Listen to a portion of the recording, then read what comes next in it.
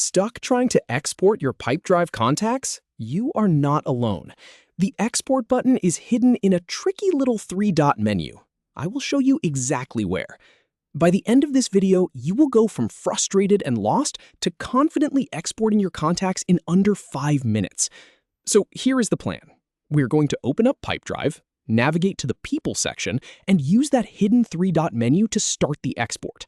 Then we will download the file and open it up to make sure everything looks good. Let us jump in. All right, so first things first, you want to have Pipedrive open and logged in on your browser. I have mine sitting right here on the main dashboard. From the left sidebar, go ahead and click on the option that says Contacts, and then from that menu, select People.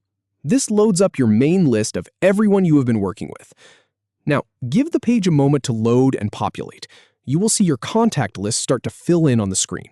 Take a quick second to scan through it. This is a good chance to confirm you are looking at the right group of contacts before we pull the trigger on the export. So here is the part that usually trips people up. Look up to the upper right corner of the screen. Do you see that little button with 3 dots? It might look like a small icon or a button that just says More. That is the menu we need. Go ahead and click on it. From that drop-down menu, you want to select Export Filter Results. This tells Pipedrive to package up whatever contacts you are currently looking at. Now Pipedrive will start processing your request. This might take a moment to process, so just hang tight. Once the file is ready, Pipedrive will give you a download link.